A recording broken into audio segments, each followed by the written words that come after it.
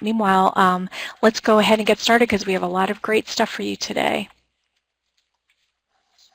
So the goals for this webinar, we often, you've probably heard me say before that our goals for the webinar are generally for you to hear something in the morning and be able to use it in the afternoon. And so for this webinar in particular, we hope you'll be able to describe how secondary traumatic stress affects worker turnover, performance, and outcomes. We're going to talk about some common signs and contributing factors for secondary traumatic stress that we hope will be useful for you. And then we want to talk about how you can begin at your agency to develop an organizational climate and system to address secondary traumatic stress. And we have some really wonderful ideas and resources to share with you. So our agenda will be, I'm going to do a very quick orientation and introductions, and then we'll talk a little bit about why we need to worry about secondary traumatic stress, why it's important, some of the underlying beliefs that can contribute to secondary stress for the folks working in child welfare. We'll talk about what it actually looks like when someone is affected by traumatic stress, and what I think probably folks are most interested in is what can we do about it as individuals and as agencies. And then we'll hope to have time for questions and answers at the end, as well as throughout the presentation. So just want to mention thank you all again for using the chat box to let us know who's with you and what county you're from. Please continue to use that. We really are eager for your questions and examples and comments, and we will respond to those as much as we are able to during the webinar. We have about 278 people from 70 different counties registered for today. So if it happens that we're not able to get to everyone's questions or concerns, we will be sure to do a follow-up document so that, and you'll have folks' contact information so we can be sure you get what you need from the presentation this morning. So you've already found this chat box, which is great. That's the primary way you have to communicate with us. I do want to mention that you can also chat in there if you're having any technical issues, and we have 2 folks online with us who will help you with those. They will respond to you individually if you have a technical problem. So down at the bottom of that chat box, you'll have a little new tab come up that will be from either Philip or John, and that will let you know that they're trying to respond to you. And I will introduce those folks in just a second. I also want to mention we do have some little icons some of you are familiar with. That where the little man is waving, there's a little drop-down menu. You can let us know there as well if you need to step away or if you want to respond to what's being said. And finally, let me introduce the folks who are here with us this morning. We are really pleased to have Jeanne Preisler, who many of you know from the Division of Social Services. Jeanne is the project broadcast coordinator for the division's child welfare section. We also have Kelly Sullivan, who is a licensed psychologist and is the outpatient clinic director for the Center for Child and Family Health, which is based at Duke University Medical Center. And we also have Susan Osborne, who is the director of Alamance County Department of Social Services. And so you'll be hearing from all 3 of these ladies this morning.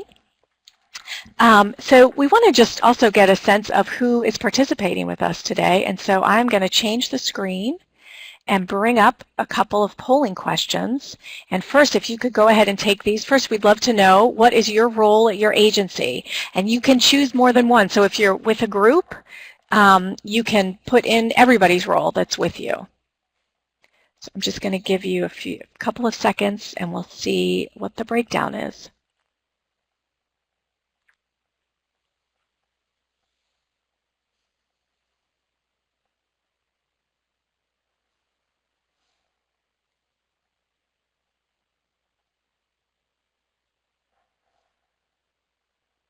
Okay, great. So I know some folks are still responding, but looks like we have a lot of supervisors and program managers and some directors, which is wonderful. That was one of those, that was sort of our particular target audience for this event, because we are talking a lot about sort of organizational response to this topic, but also excited to see some direct service workers and folks in staff development and some other areas like QA. That's great.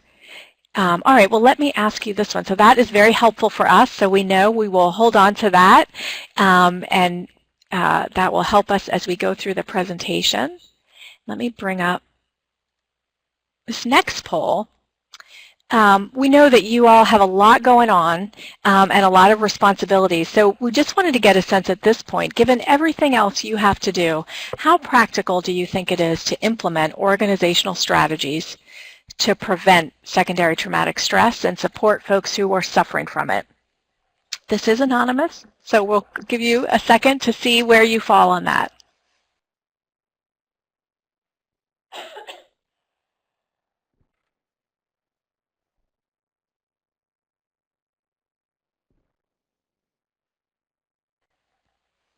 Okay, so it looks like we've got a range of responses. We want to be realistic about what people feel they can do, but also want to talk about this, how to make it more practical. And Susan, I wonder if you could just comment on that.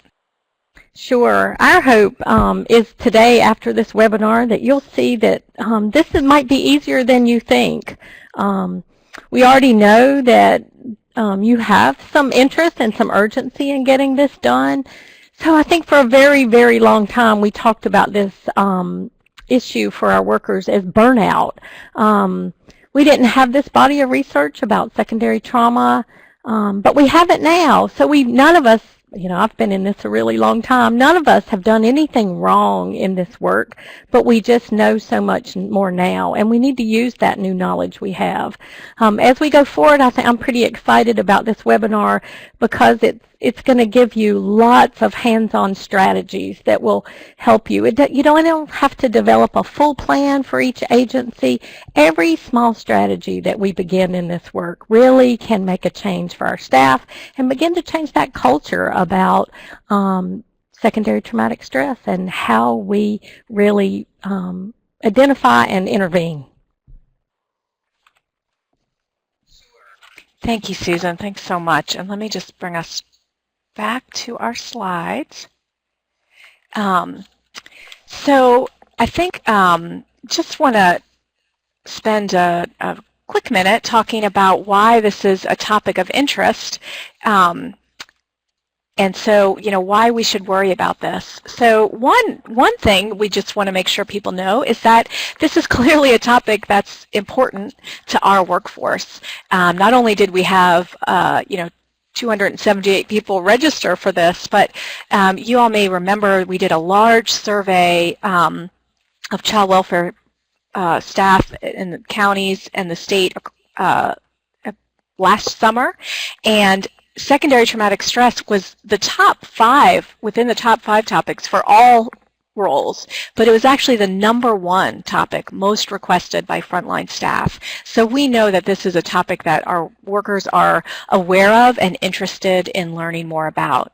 And we also know, as Susan said, we have so much more research than we used to in this area, and we know that secondary traumatic stress not only affects how we feel day to day, but it affects how we perform on our job, how long we stay at our job, and that in turn has a real effect on the children and families we work with. One of the quotations that I love and that helps me think about sort of this concept of secondary traumatic stress is this one, which is the expectation that we can be immersed in suffering and loss daily and not be touched by it is as unrealistic as expecting to be able to walk through water without getting wet. And I think, as Susan said, historically in our field, we sort of thought people should be able to get through this without noticing that the water is rising around them. But, you know, we are all in the water together, and so we're going to spend a little time today talking about that and trying to help us understand that and think about how we can help each other. So with that, let me turn it over to Ken. Okay, thank you, Millicent. So we want to make sure that people, in terms of this webinar and words that you're using from here on out, because we know that you're going to dive right into this as soon as the webinar is over, is how do we talk about this? What words do we use? And when we actually use words to describe the experiences we're having, we can create, it can be more freeing to us to be able to address it. And so we know that many of you have probably heard a number of these terms. So terms like secondary traumatic stress, vicarious trauma, those kinds of terms. We're going to give you a few more terms to think about as well. And when we think about those two terms, secondary traumatic stress and vicarious trauma, this definition really talks about the emotional toll. And we really want you to think about that really as the amount of emotional toll that can occur for everyone in terms of just their professional functioning and how it could possibly diminish their overall quality of life. And I think it's important to think of it as an amount rather than just you either have secondary traumatic stress or you don't, because that amount is really important, because what it does is it sort of frees us up to this idea that, like that water slide that we just saw, is that we can all be affected to some degree. And so that can sort of reduce some of the shame that may be associated with having some of these experiences. So what's really important to keep in mind about secondary traumatic stress and vicarious trauma is that it is very much related to this idea of post-traumatic stress disorder. So it's not its own disorder that people know about in terms of it being a documented thing, but PTSD definitely is. And so what we know about secondary traumatic stress is that the workforce can experience trauma symptoms just in the same way that trauma survivors can experience those symptoms. And those symptoms are these main four. It's called intrusions, which is this idea that you're supposed to be doing other things and going on about your business, but these thoughts of these bad things that have happened keep popping into your mind and you don't want them to. That's an intrusion. Avoidance is this piece that you are actually wanting to not think about these horrible things that have happened. And so you're actively doing things to keep yourself away from them. That's avoidance.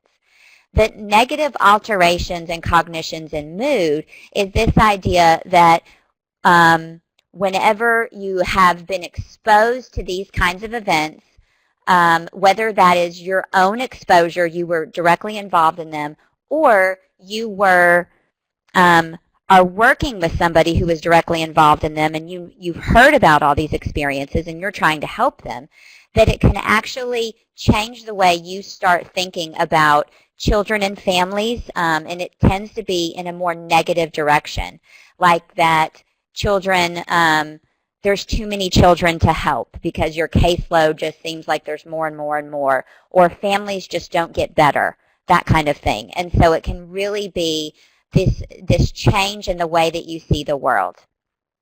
And then the last category is alterations in what's called arousal and reactivity, which really means it's the way that our bodies are responding. So this is based on survival. So really from this idea of fight, flight, and freeze reactions. So when our body is really under stress, our body needs to be really physically keyed up and prepared to respond to that stress. And so those alterations in arousal and reactivity might really result in us kind of startling more, our muscles being more tense, our heart beating more frequently, and that's what we're looking at there. So we wanted to make sure people were really aware of the symptoms of post-traumatic stress disorder, and many people can experience some of these symptoms and actually don't have PTSD, but these are the symptoms that we're talking about when we're thinking about secondary traumatic stress. And what we used to really think about with vicarious trauma is just that piece of those negative alterations in cognitions and mood. But now that we have this new, more advanced understanding of what post-traumatic stress disorder is, those alterations, that negative view of the world, ourself, and others is now incorporated under post-traumatic stress. So now we do generally see those terms of secondary traumatic stress and vicarious trauma as interchangeable. Okay. So in terms of these three additional words that we just wanted to let people know about is compassion fatigue, compassion satisfaction and burnout, And so for compassion fatigue, this can really be, you might not have any, professionals may not have any direct symptoms, for example, of secondary traumatic stress or PTSD symptoms, but really this is that cumulative effect of having these traumatic stories, you're being exposed to them, through this work in a helping capacity, and it's fatigue. And the opposite of that is, one last point I wanted to make about compassion fatigue is that we have to be so careful to think about this from the perspective of sort of like really from a strength-based perspective, because compassion fatigue really can be seen as, well, if you have compassion fatigue, there's something that's wrong with you. Or we might also think about this from the perspective of secondary traumatic stress. But in actuality, what we want, and there's a world-renowned trauma expert, Dr. Charles Figley, who when he wants us to be thinking about compassion fatigue from the perspective of, this is something that affects those who do their work well. So essentially, this is not something that, compassion fatigue is not something that you get because you have a weakness. It's essentially something that you get because you're working really hard at your job and you're trying to do it well. And we really cannot emphasize that enough. Okay, so the alternative term for compassion fatigue is compassion satisfaction. And we cannot emphasize enough how much we are starting to see in the literature out there that emphasizing how you feel when things are going well at your work should be highlighted and emphasized.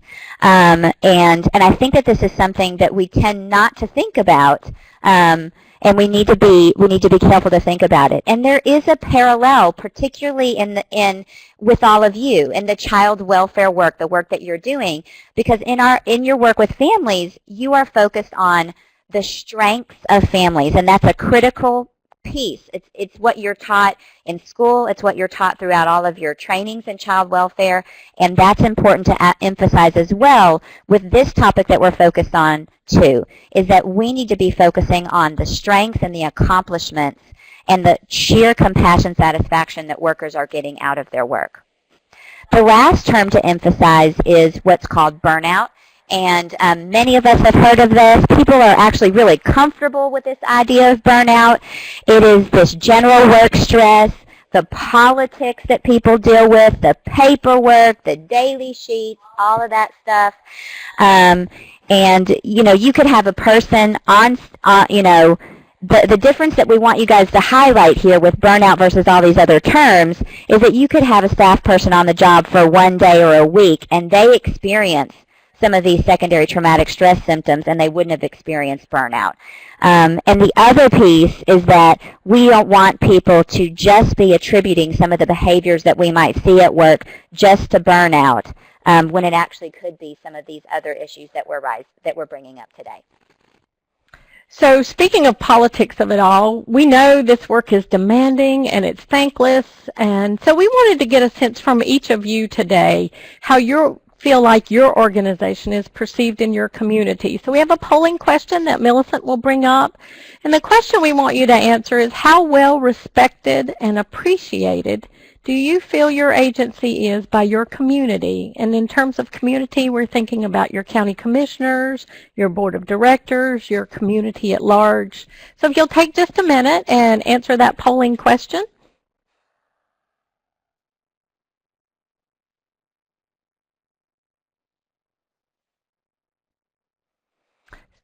So we can see that there's lots of varying answers, but it looks like we're coming in kind of middle of the road. So I think one thing that's always important, and we need to figure out in this work, so this child welfare work's not always recognized as first responders, like our law enforcement and our fire and our EMS. All these things vary, but the reality is that the work you're doing in our community is important, it's challenging, it's demanding. We have the media. Usually the media is a negative impact. They only want to report things when bad things happen. We have our county commissioners, who we know are ultimately responsible to our taxpayers, and so their priorities are cutting budgets, keeping positions limited, pay and benefits. So in the mix of all of that, our hope is that we each can develop a resilient organization despite all these obstacles that are part of our everyday life. So we have some great tools to help you get started with that, and so we'll move right on to talk about some more of those in just a few minutes, and you've got some great handouts we'll be referring to. Thank you, Susan. This is Jeannie. Hi, everyone. I wanted to get you grounded in some information that applies to every industry. So these next two slides are related to everybody. These are the primary reasons why staff leave in general. So we see that stress is one of them, and like Susan mentioned, we're going to give you some ideas today to help mitigate that. But there's other things like these expectations are not met, there's this mismatch between the person and role, and then kind of what Kelly kind of hooked on earlier was this insufficient opportunities for growth or insufficient recognition or appreciation are another key reason why people leave. And then you'll see this other big one towards the bottom, the lack of work-life balance. I think that this is so much more important in this industry than it might be for, say, a mechanic or a waitress. And so my hope is that by the end of the session today, you'll see how important it is for you as supervisors and leaders to model that, because it's not going to happen, I think, in general, if we are not modeling that for our employees. In the last survey that I looked at for the state, 56% of all of the changes in staff were due to voluntary resignation. So it wasn't people getting promoted or retiring. So this is the reason why these people would have left primarily, and that's a big chunk of our workforce. And the next is something you live and breathe with every day, the financial cost of staff turnover.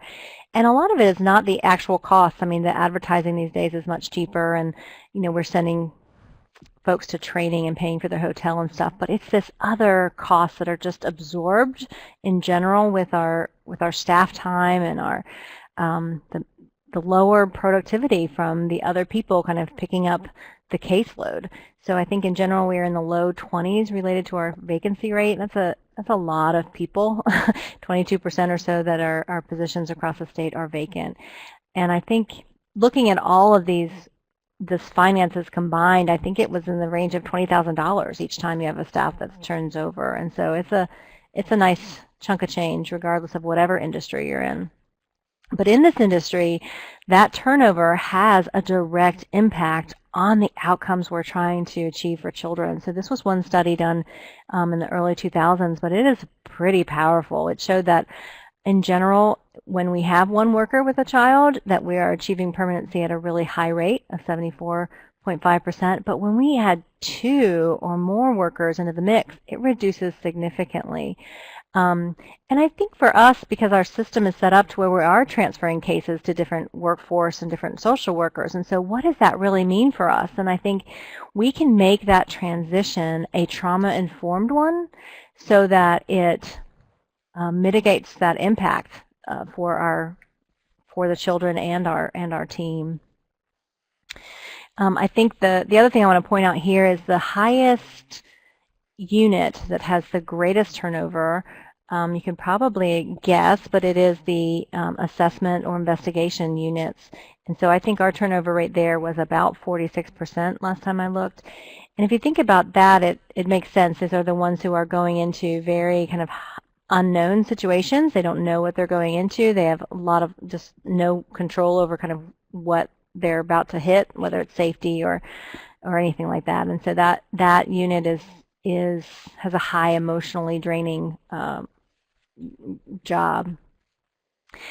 There's one, I wanted to tell you a little bit about Becky. This is a real story. It came, a child that came into foster care at age 15 after years of emotional abuse. Her situation was that she had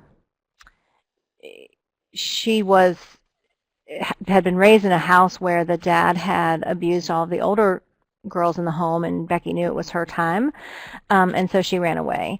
And her father had hunted her down with a shotgun and threatened to kill anybody that had helped her, and so she was kind of shunned by her mother and her siblings. And after she came into care, we found out that Becky actually had been sexually abused from another family member earlier in her life. And so this is someone who comes into care with a lot of the same issues that we deal with every day. But as an adult, Becky will tell you that the worst situation that she ever dealt with was when her social worker left to take another job. And so I want to point this out because I think there's a double-edged sword here. So one, we want our social workers to emotionally invest in our children, and we want the children to feel connected with our social workers. But how can we develop a system that is going to not only prevent that social worker from wanting to take another job, but also to protect the children when a child does? I mean, we all win the lottery. We wish them well, and we want our children to understand that happens and create a system that's going to support them. So we have lots of challenges in this industry that other industries don't. So one is about the rural communities. We have a lot of rural areas in North Carolina, and this creates its own little a new challenge for the social workers in the field. They are visiting the same neighborhoods often, and so just by driving by that house, you might feel, you might have memories, like Kelly was referring to, these memories of what's happened. You're going to have frequent run-ins with the families that you're serving in the drugstore or food store. And so there's a different level that happens in rural communities. And then in general, this work-life balance is just far more important for us. And the culture in which we operate, and I think Mel kind of pinged on this on that one slide about the water.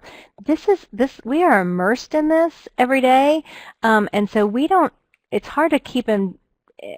It's hard to kind of remember that this is not normal. That we don't see the horrific things every day, and so we just need to remember this. And there was an interesting quote from a brigadier general. It was in 1935, and he was a U.S. Marine, Brigadier General Butler, I think his name was, and he had toured our nation's capitals, nation's hospitals, to look at all the World War I veterans. And it really occurred to him that we had taken these young boys out of classrooms and factories and offices and remolded them, and we told them to do an about face when they got to war, and that to think of murder as a kind of another order that they were supposed to do. And then when they came back, and these were the people that he was seeing in the hospitals, we had told them to do another about face, that to go back to their normal lives, but we weren't supporting them in that about face, and that's what contributed in his mind to many of these men really being just psychologically destroyed. And so I think of that as we are asking our social workers to go into the field and pour their hearts out to these families and workers, and then come back to the office and do an about face and say, oh, that didn't affect me, let me go about my day. And so I wanted to kind of keep that in mind, that there's this underlying belief that our professionalism and it's going to let us kind of cognitively go about our day doing all this work, and it's not going to affect us, and it just is. We are immersed in water, similar to that video. And so primary stress, we talk about secondary stress all the time, but I want to make sure that we really talk about that there are some primary stressors that happen as well. These are the direct threats by clients. These are going into dangerous neighborhoods. You're going to situations where there are unknown situations. You've got substance abuse, which, or mental illness that has some erratic behavior for families. So this is this is a real primary stress situation for this workforce that we need to attend to. One study out of New York looked at social workers who actually reported those clinical signs of PTSD that Kelly referred to 1 week after their most distressing work situation. So 60% actually had clinical signs of PTSD. And when they looked at that 60% years later, and they were still exhibiting clinical signs over 2 years later.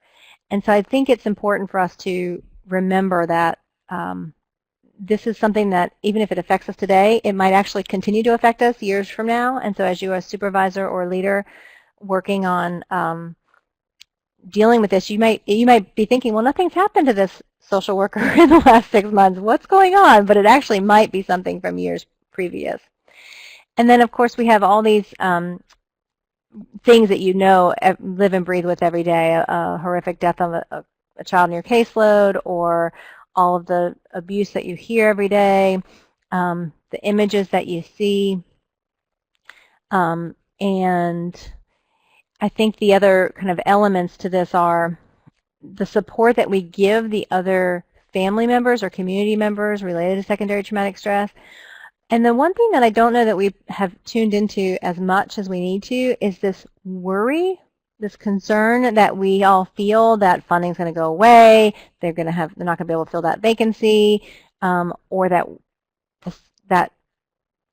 the public, their community is not supporting you. You're just one kind of, I think, I forget what the final results were of that poll, but many of you said that your community only pays attention to you when something negative is happening. And so if you look at that parallel with families, if we're only looking at our families when something negative happens rather than kind of catching them to success, there's a negative kind of draining consequence that happens with that.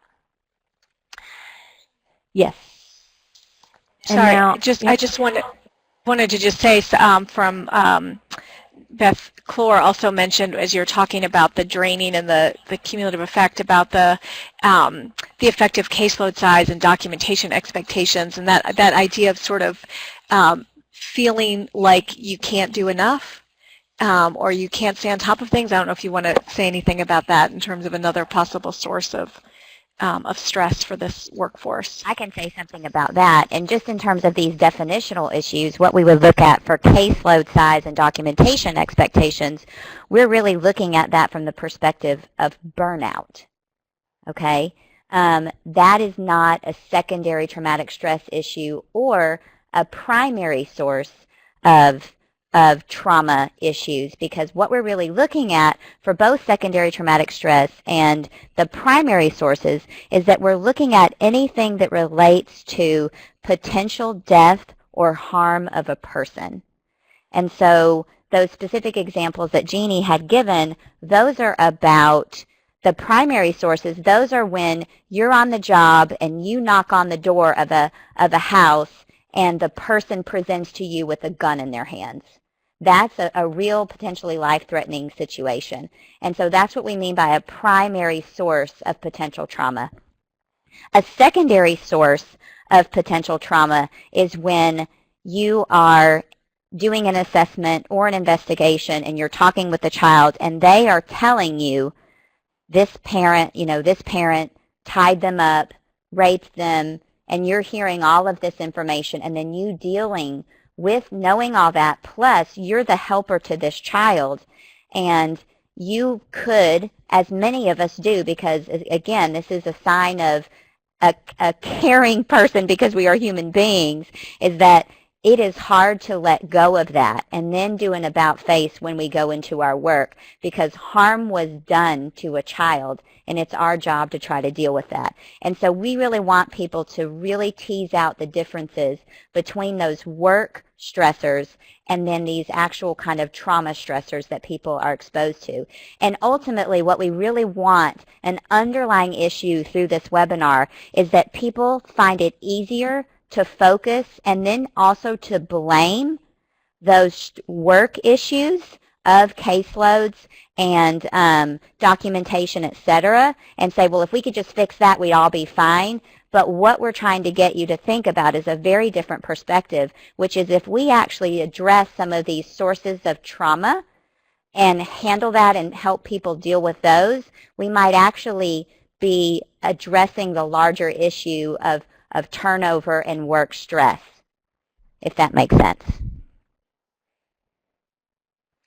Okay, so we're going to now shift to these underlying belief issues because we think that's an important next topic. And you're doing my, you're advancing the slides for me, correct? Or, okay, I can, okay. Okay, so, so even though we have this sort of little funny comic here, you know, so it says, just in case people can't see it very well on their screen, it just says, your absence of a stress-related rash leads me to believe you're not working hard enough.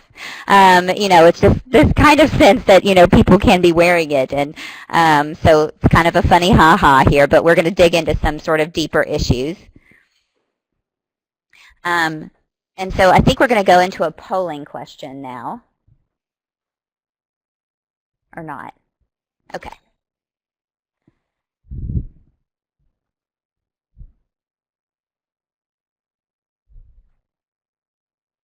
Okay, so what we want people to think about, and definitely if you have a number of people in the room, before you hit submit, select all the different things that represent the people in your room. But what we want you to respond to is, to what extent would others in your agency consider it a sign of weakness if someone needed help with a stress reaction caused by work? And think about this from the perspective of, if someone needed help, which the reality is that we all are under a great deal of stress at work. So it's really not an if, but it's really when people are needing help with stress reaction caused by work. So is it great? So I don't know how long we want to leave the poll open, but just sort of, are they able to see the results to this? That's wonderful, good. So you're getting the sense here that for the most part, people are saying it probably would not be a sign of weakness, but what we aren't seeing, and what the hope would be, that through this webinar now, and through the work that we are all going to be doing to make these important changes throughout the practice of child welfare, is that we would want to see the votes eventually shift toward number 5 being the overwhelming majority, that it really should be that it definitely would not be seen as a sign of weakness if somebody was having stress reactions caused by what they're undergoing at work. So that would where we would really want to see the shift. Okay.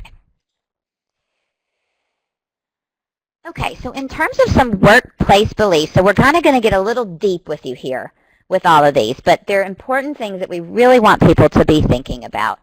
So the first thing is this idea that we really are not talking about secondary traumatic stress responses.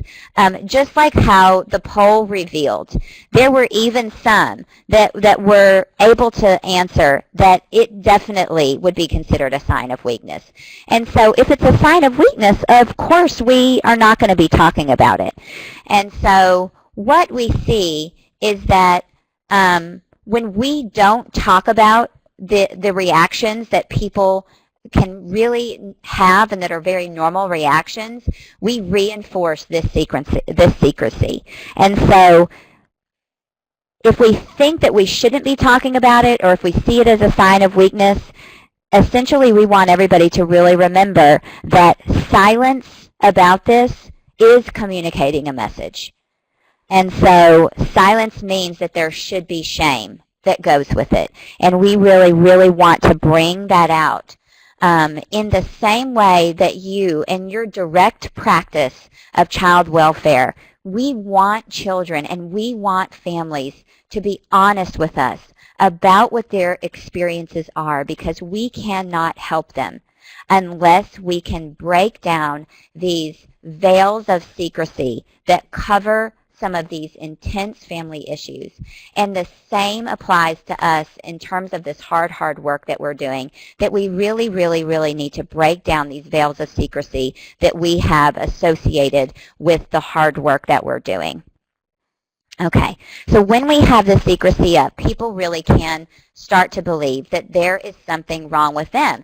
It's an amazing freeing thing that can happen. As soon as you start to tell your coworker, oh my gosh, I had a really hard time sleeping last night because I kept seeing this child and trying to figure out how it was I was going to make it better for her. And then you talk to your coworker about that, and then they say, oh my gosh, well, I had that too. And then you know, so if workers aren't doing that kind of thing, then everybody just believes inside themselves that they shouldn't be having those experiences.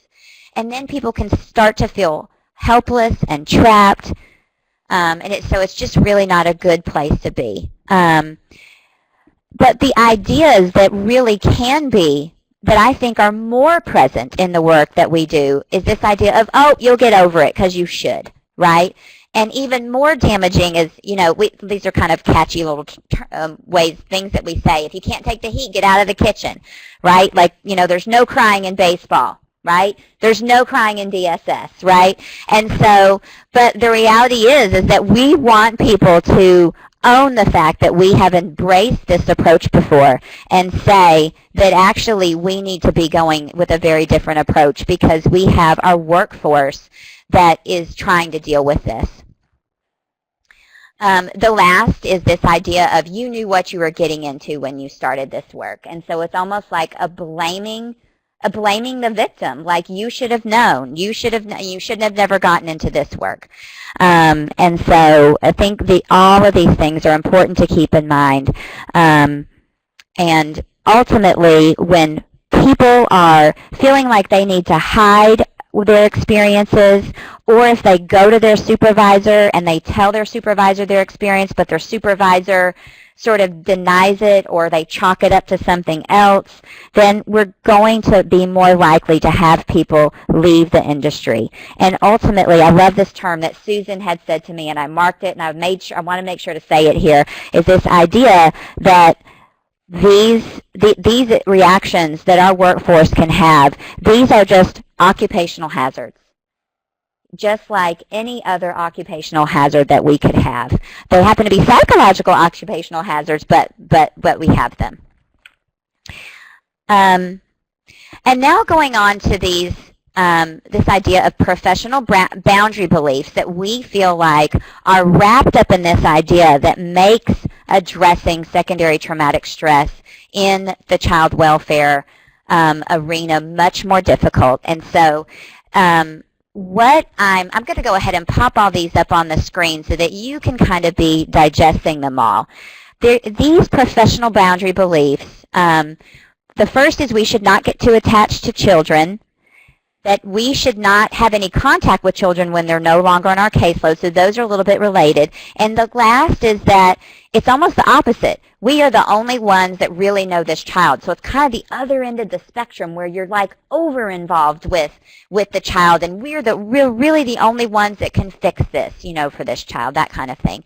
And so I want to dive into these a little bit more because these professional beliefs have complex ethical and professional issues that honestly we haven't quite figured them all out yet. But we need to name them and really start dealing with them. Because the reality is, in terms of, you know, one, you might be asking yourself, why are we talking about all this right now? Aren't we doing a webinar on secondary traumatic stress? But the reason why this is really, really important is because I used the term compassion satisfaction before, and that's this idea that you feel satisfied as a result of doing your work. You can feel like that because I did this work, I helped people, or the world is now a better place because I did this. And compassion satisfaction is critically important. And it is, this idea of compassion satisfaction is related to these professional boundary beliefs, because we actually know that knowing how the cases are turning out, especially the ones that are turning out well, is something that can lead to better compassion satisfaction. But because of some of these confusing and complex and things that we haven't quite figured out yet, so it's okay, these confusing and complex professional boundary beliefs is that knowing things about our cases, maintaining contact with cases or clients or families, is that sometimes it might not be feasible to do in your work, but in fact it could even be discouraged. And so this is one thing to really highlight is this potential importance of knowing a bit more about how cases are turning out, and especially the good ones that are turning out. So in terms of this first piece is that we should not get too attached to children. And we think this, really our heart's in the right place because we're worried that it will be too painful for the child to separate, from us as a worker. Like when you think about Becky's story at the beginning, that was what it was for them. But the reality is that what we know is that we are able to heal from grief and loss. So there's two things at play here. There is this important relationship that we can have with children and or their parents, but then we're worried that if we get too attached, that they're going to experience grief and loss. And because we're worried about that grief and loss issues, we actually end up not getting too attached, or maybe just not doing things in a way that we normally, or a way that we might want to do because we're worried about them getting too attached. But what we really know is that people can repair from grief and loss. Grief and loss is a natural part of life, and we know that people can heal from grief and loss. But what I want to say is that it is actually more damaging to a child to never know what a real relationship and healthy attachment looks like. So this is relevant to work in child welfare in terms of child welfare professionals, but even more so relevant to the work that our foster parents are doing each and every day, is that we might tell them, well, don't get too attached because they have to say goodbye to them.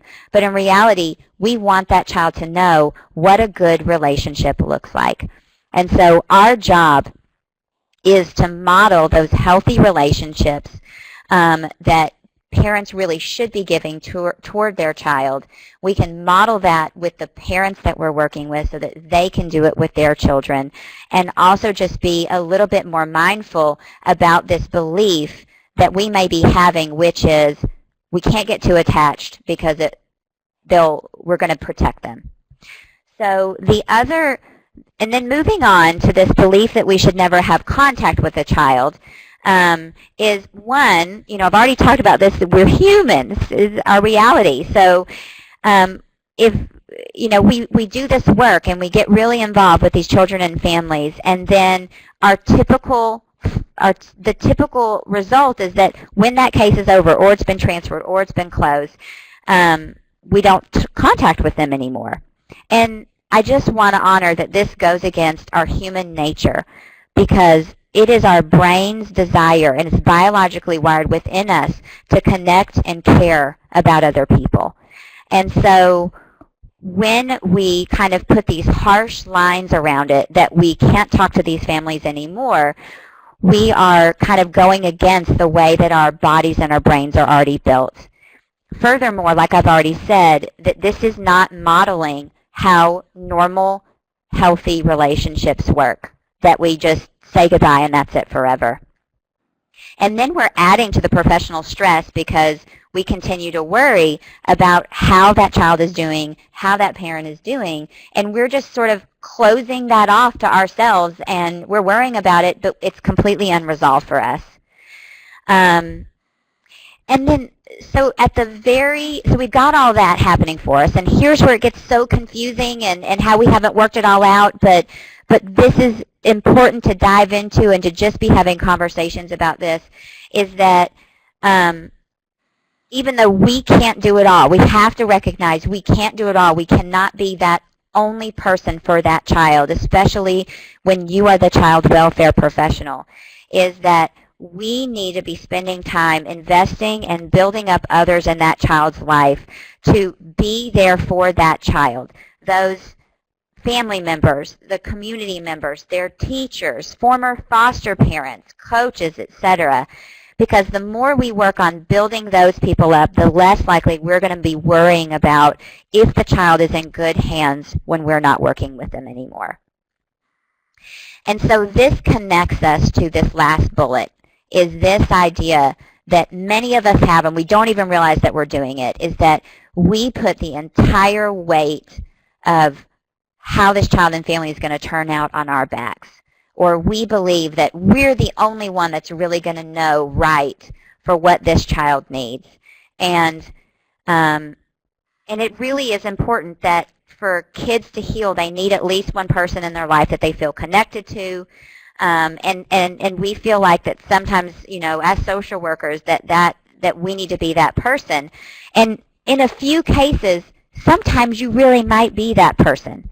But what we want you to really be thinking about is for all the other cases, we have to balance our job responsibilities with the healthy attachment amount and pour all the rest of our energy into building up that child's social connections and their families, who they're going to be with and who their other social connections are going to be in their lives, so that they'll have all those others that can get their needs met. So it may be in 5 or 10 years when you're thinking about that child, it may be that you don't connect with that child.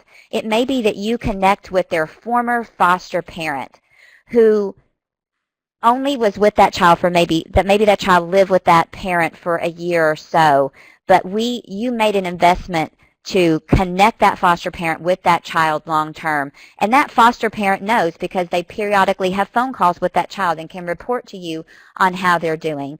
And so it's a very different sort of approach. And I'm not saying that there is a cookbook right or wrong way to do this, but these are beliefs and approaches that we really need to be thinking about. Okay. So, kind of going back into, yes.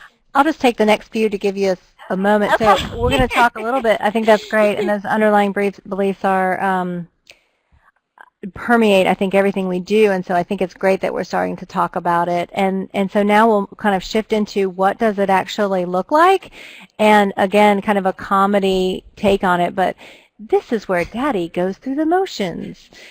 Is I think that it can look very different depending on kind of where we're all out. And I think if we're going through the motions well, if other industries are going through the motions, it might look like this. So this is a guy whose job is to paint lines on the road, but he was going through the motions that day and did not care, and so this is the outcome for it. But when we in child welfare are going through the motions, there are some real significant consequences, and we might not be attaching to children very well, and we might not be doing things to the best of our abilities. And so I think it's important to kind of start to talk about how this might manifest itself in our day-to-day life.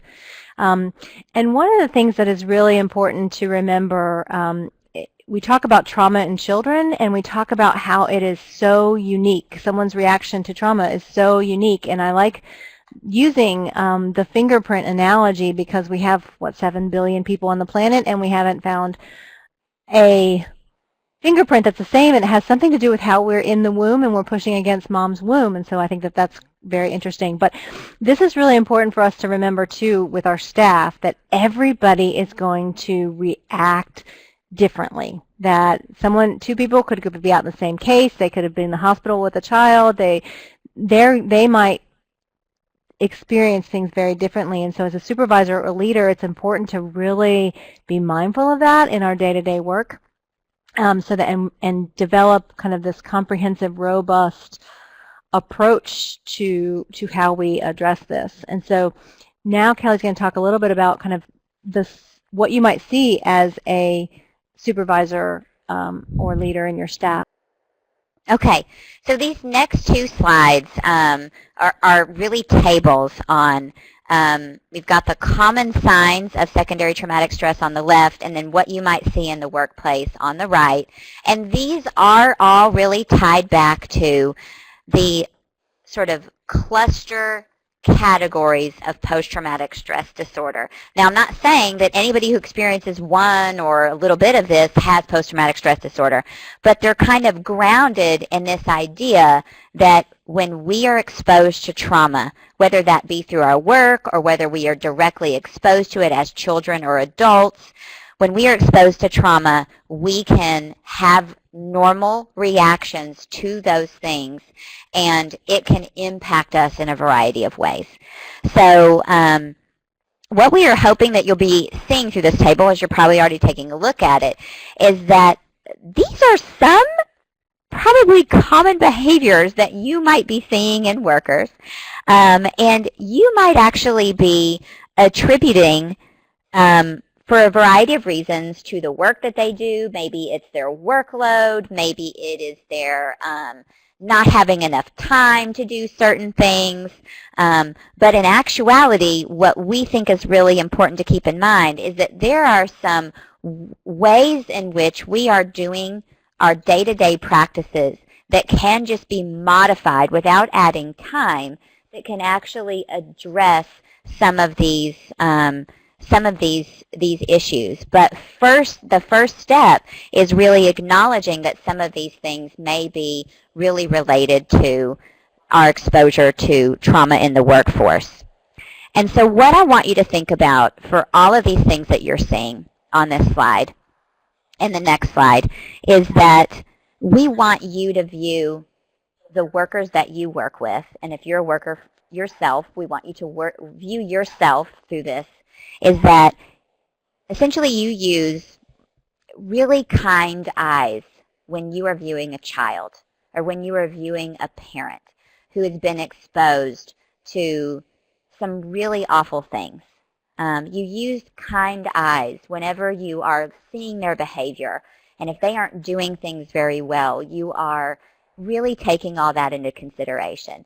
And what we want you to really do is to kind of use those same kind eyes, that when you're seeing these behaviors that workers and professionals may be displaying in their professional lives, is to, at least for a moment, but really, really more than just for a moment, to truly consider that the behaviors that you're seeing may be attributable to trauma. And we want you to be thinking of it from that perspective, rather than getting caught up in the idea that these are personal flaws that a person may have.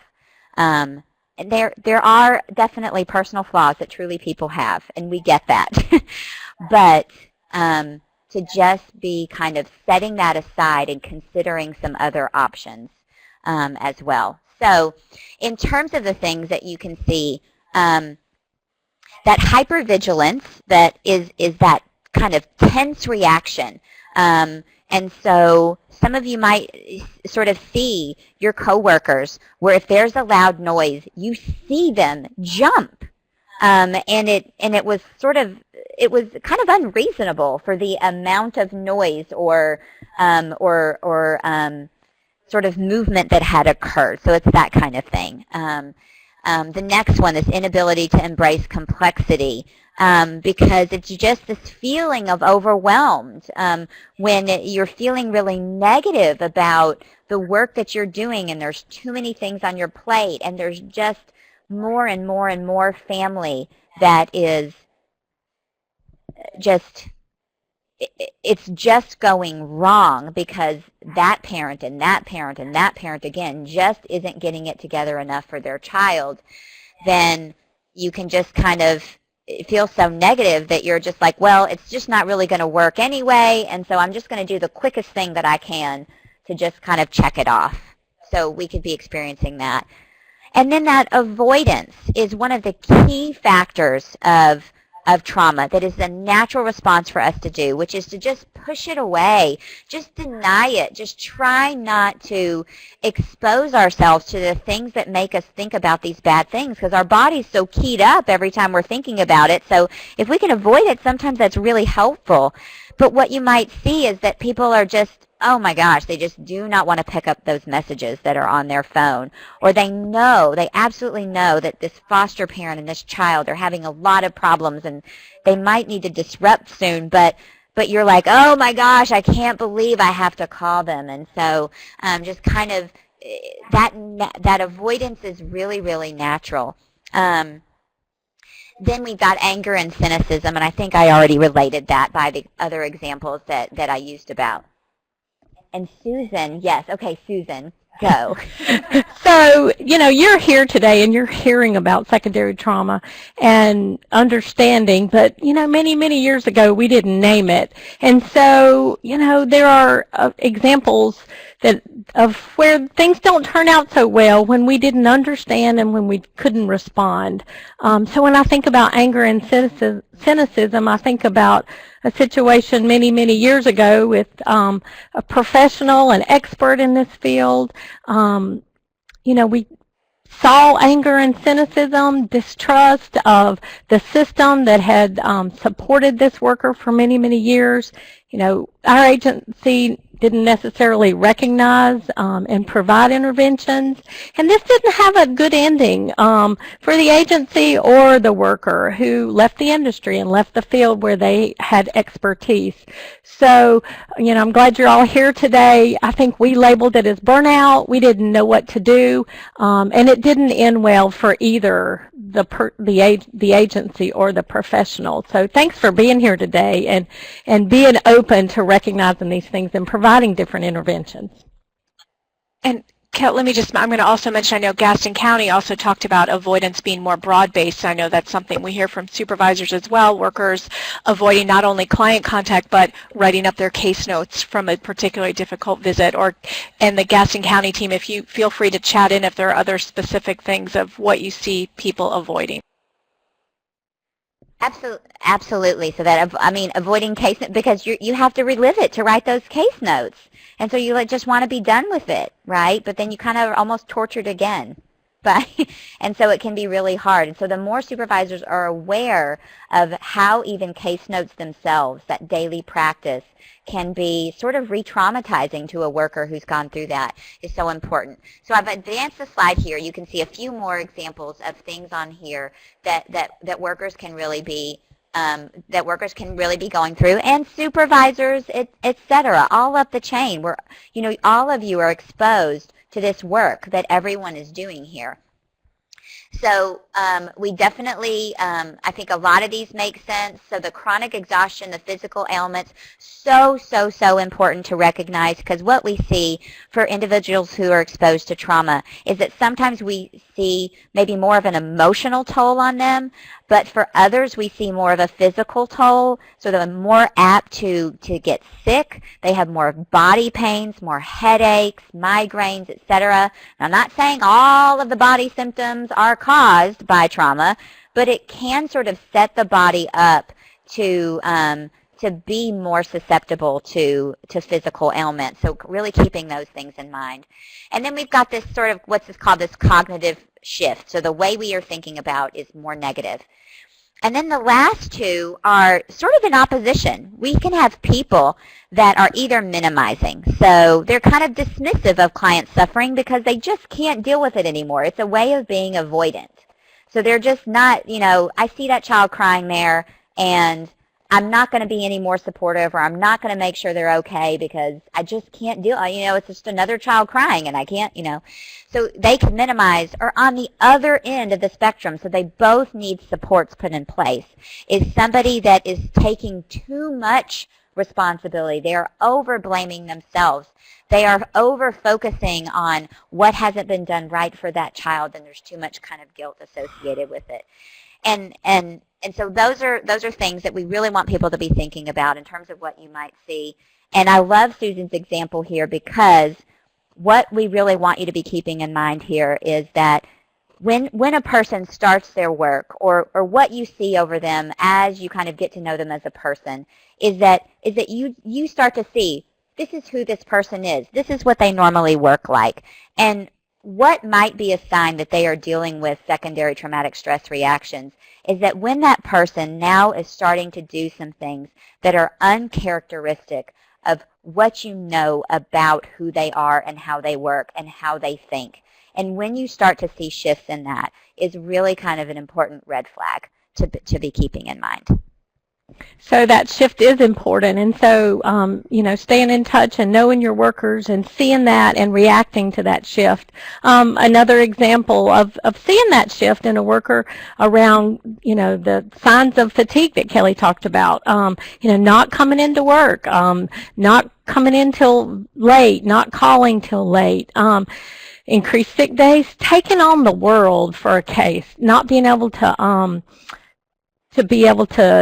set boundaries, or in terms of just taking on everything and not being able to accomplish anything. So, in this case, for us in a situation, we were able to identify it and provide positive interventions. Interventions like employee assistance program, interventions like finding the right spot in our continuum of child welfare. What is the right position for someone? Do we need to take a look at that so that this person can continue the good work that they're they're doing. So when we do those kinds of interventions, I think we have real different outcomes. And so in this situation, we had a positive outcome for both the agency and the worker.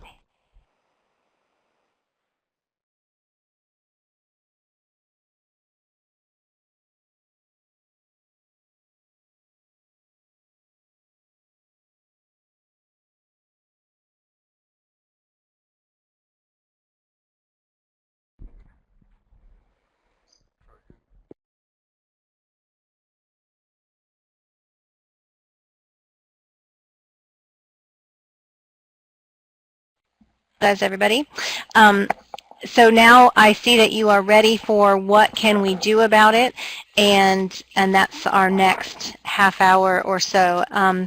So the first thing I want to mention is how important individual control is for workers. So this could be as simple as, where do you want to meet? Do you want to meet in my office? Do you want to meet in your office? Do you want to meet in the conference room? Do you want to go for a walk outside? Do you want to, can they come in early on a Tuesday and leave early on a Friday? It's amazing how much individual control can be valuable to an employee. It could be kind of what Susan said about finding the right fit within the organization. We talked a little bit about earlier kind of feeling valued and feeling appreciated, and that could be as simple as doing kind of a talent scan of your staff. There might be somebody like me who likes to edit documents. So there's lots of things that you do put out in your agency, and finding somebody who likes to edit might be you ask them to do it, or somebody who really has a knack for talking with the public or public affairs, wanted to always be, did well in public speaking. You might cultivate them to be somebody who can really be savvy with the media. Or somebody who, we have a colleague who has their parents were law enforcement and totally understands that culture, and so they might be your liaison. I mean, so understanding that individual control, offering it when you can, that's one kind of strategy. I do want to point out also in your handouts, and this is hopefully a good resource. There's a 6-page handout on practical strategies to address primary and secondary traumatic stress. It has strategies for agency leadership. It's got strategies for supervisors, and it's got strategies for individuals. It talks a lot about kind of what you can do. I'll go over now, and what not to do too. So we tried to make it as practical and useful as possible. Another kind of global strategy is to normalize this experience. Remember, secondary traumatic stress is an occupational hazard, and we have to attend to that. We make sure that people in the construction business have hard hats on it. So it's normalizing this. I think one of the questions kind of was about how constructive criticism and how can we start that dialogue, and I think that goes back to that kind of what are the expectations of that employee, and really having this, talking about it all the time, talking about it in staff meetings. How is this affecting you? Talking about it in individual supervision meetings, talking about it as an agency leadership in your orientation, that this is, we're going to work on this. And there's a parallel here with families. We have to have difficult conversations with families too, and how do we have that conversation in a family-centered, supportive manner, but also you're attacking the issue. You're making it normal to talk about some of these difficult issues. Another is to really, really be mindful of triggers. This is anything, the sights, the sounds, the things, the people, places, and anything that's going to remind that social worker of previous cases or just memories of situations that might be haunting them. Some of these are often very hidden from the norm. We have one situation in North Carolina where a child was taped to a 4-poster bed and cause to do things that are negative. And so if I'm a worker who goes home every night and I have a 4-poster bed, I might not sleep well. I might not even know that that's why I'm not sleeping well. I might not be intimate with my husband. I just don't even understand it. And so some of this stuff is just not really in our conscious awareness, but that we as supervisors need to be very mindful of kind of what's being able to talk about it and asking the question, do you think that case might have anything to do with what you're feeling right now, or those kind of things. Another global, and these are global strategies, your document has really specific ones, but this is using that reflective supervision, that coaching that we talk about all the time in your day-to-day conversation. So our staff comes with their own trauma histories. We have one of the studies, I think, showed that the people in the helping professions in general have a higher adverse childhood experience number than other industries do. So many of your staff are actually going to come to the table with their own potentially childhood trauma because they're now in the helping profession. And so there might be, for example, a social worker who has a history of domestic violence in his or her past, dealing with those cases might actually be more problematic than the other cases. And so it's really, as a supervisor, as a leader, really understanding your staff and making a more of an effort to focus on that. And I do think from the agency perspective, sometimes we can be too focused in supervision on case specifics, and this is a real opportunity. And I know somebody raised the issue a few minutes ago that time is a factor, and having time to explore these things for staff. But it's important to really not just focus on case specifics, but to ask those questions. How did that affect you? How did that make you feel? And taking that time. In the long run, that investment at that time, if it leads to a worker processing things and beginning to find strategies to handle that stress, and they can stay in the field in the long run, we're better off.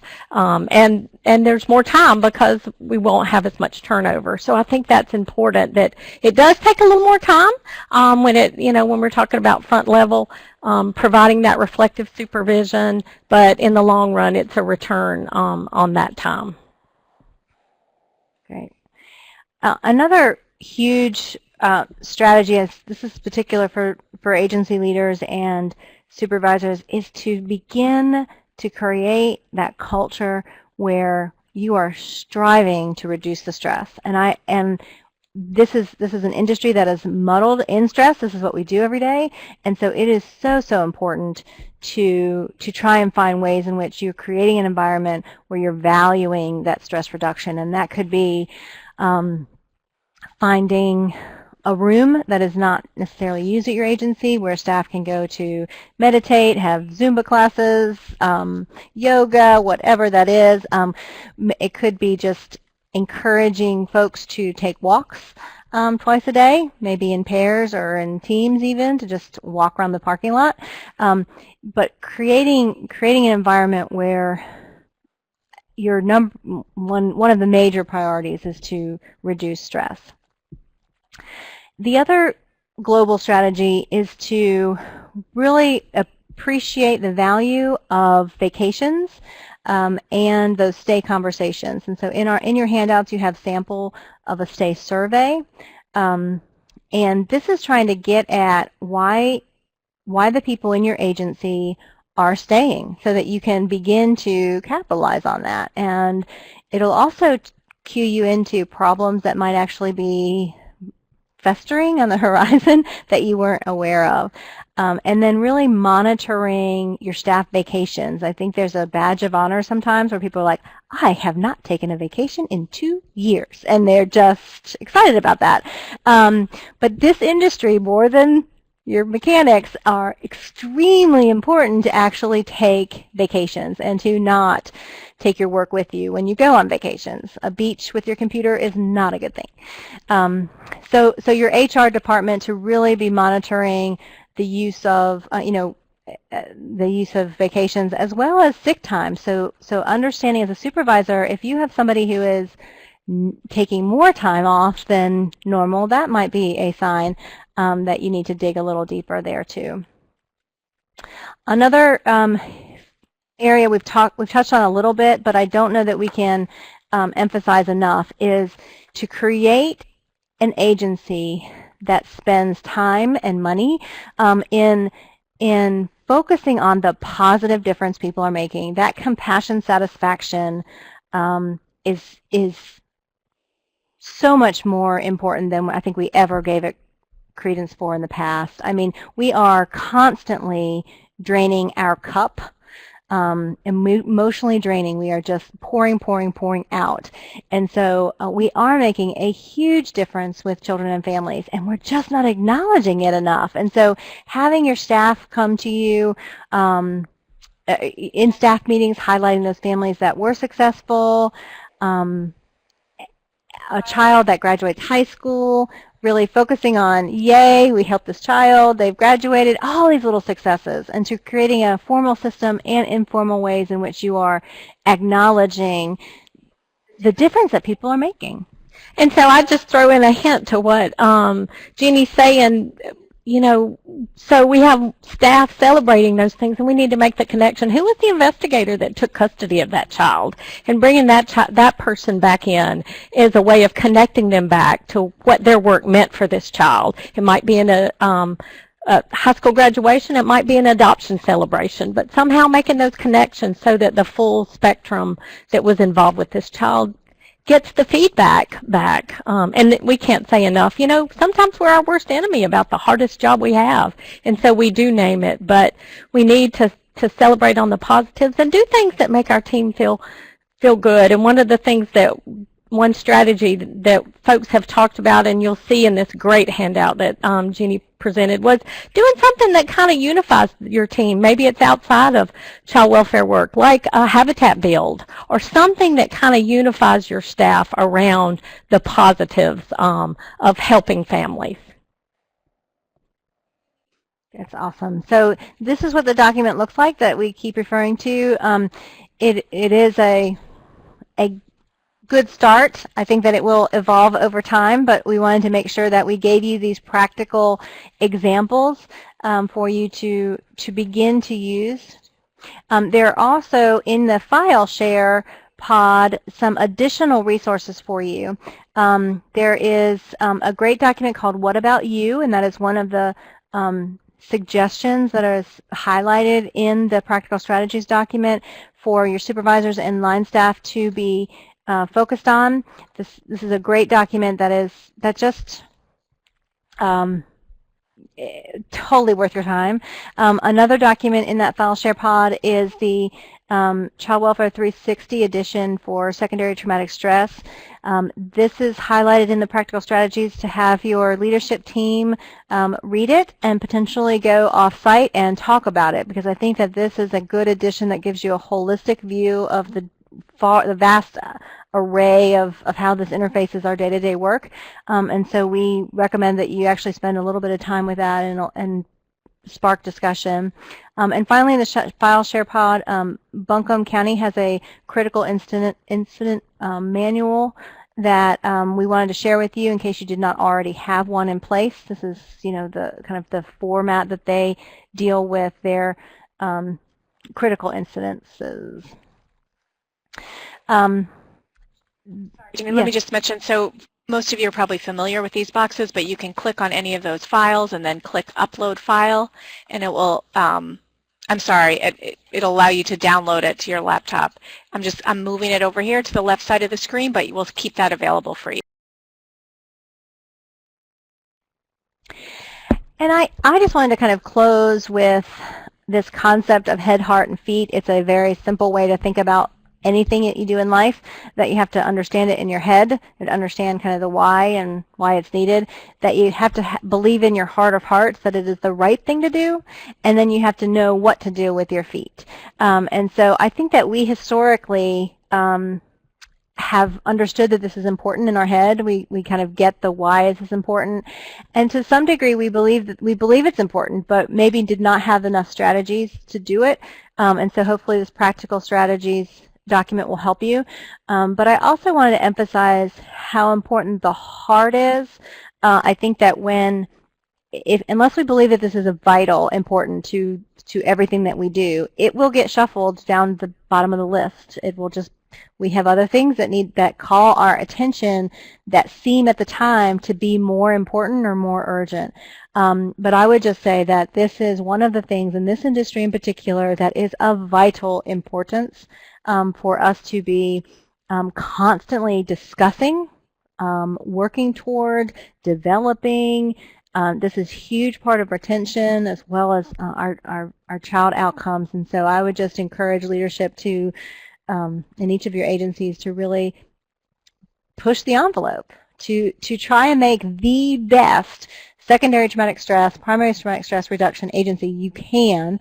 And it is never going to be done. I think that's the other kind of big thing, is that this is an ongoing process, ever-changing process. There's new things that come up all the time, that whether it's new research or just new obstacles that we face as an industry, that's going to have us have to really refocus our time and energy on this. And so you need all three to kind of make it all work. And so there's my happy girl.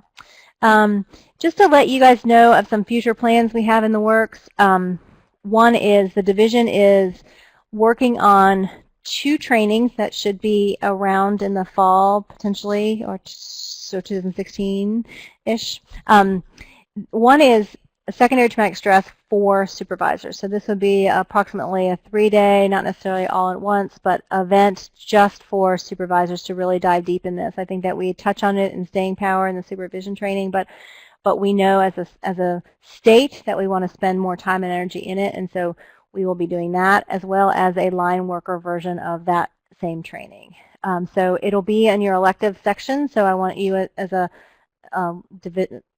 leadership to really be encouraging your staff to attend those. I think we're going to make this a bigger priority in our regional supervisor meetings, so hopefully all the supervisors in the room are attending those meetings, and we're going to try to help give you more resources and training and education via that mechanism. And then in general, Project Broadcast is a 5-year funded grant through the Administration of Children and Families, which allows Kelly and I to be here today. We will be expanding that. We have put that in our 5-year Children and Services plan. And so becoming a trauma-informed agency, whether that's screening for trauma in our children, but also really taking care of our staff, is a huge part of that. And so we'll be coming to a county near you. And so now I think we're going to open it up to your questions. I know we have a few potentially. Yeah. Let me just say, I think Gaston County also asked about the foster care turnover rate early on, and we do not actually have that. We'll see if we can find that and share it with folks. I think we've hopefully addressed some of the ideas for supervisors and agency to address this despite all the other obligations. Kelly, there is one question that I think maybe wanting a little more clarification of the burnout versus traumatic stress. What are the differential responses, if any, and if one is sort of more system-based, one more emotionally based, and how often do they occur together? So maybe just a little more clarification about teasing out those 2 issues. I think that there's not an easy answer here, which I'm sure is not the answer people are wanting, but I think that that's true. I think that everybody needs to embrace the idea that you are dealing with both burnout, so those just work stress issues, paperwork, high caseload, etc., documentation. You're going to be dealing with that, and you're also going to be dealing with secondary traumatic stress issues. And exactly teasing out, is that one this, or is that one this, or is that one this, or is that one this, is probably not that important to figure out.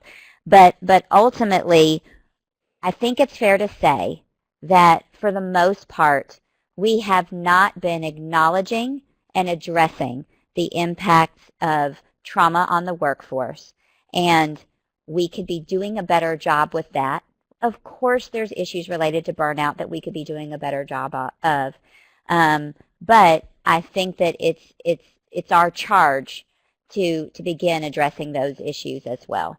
And I think, while I'm here, I sort of saw a question that I wanted to kind of put out, an answer to, and that is, so what do we do? What do we do? And I know that we have given you some information on what do we do, but we haven't given you some exact steps.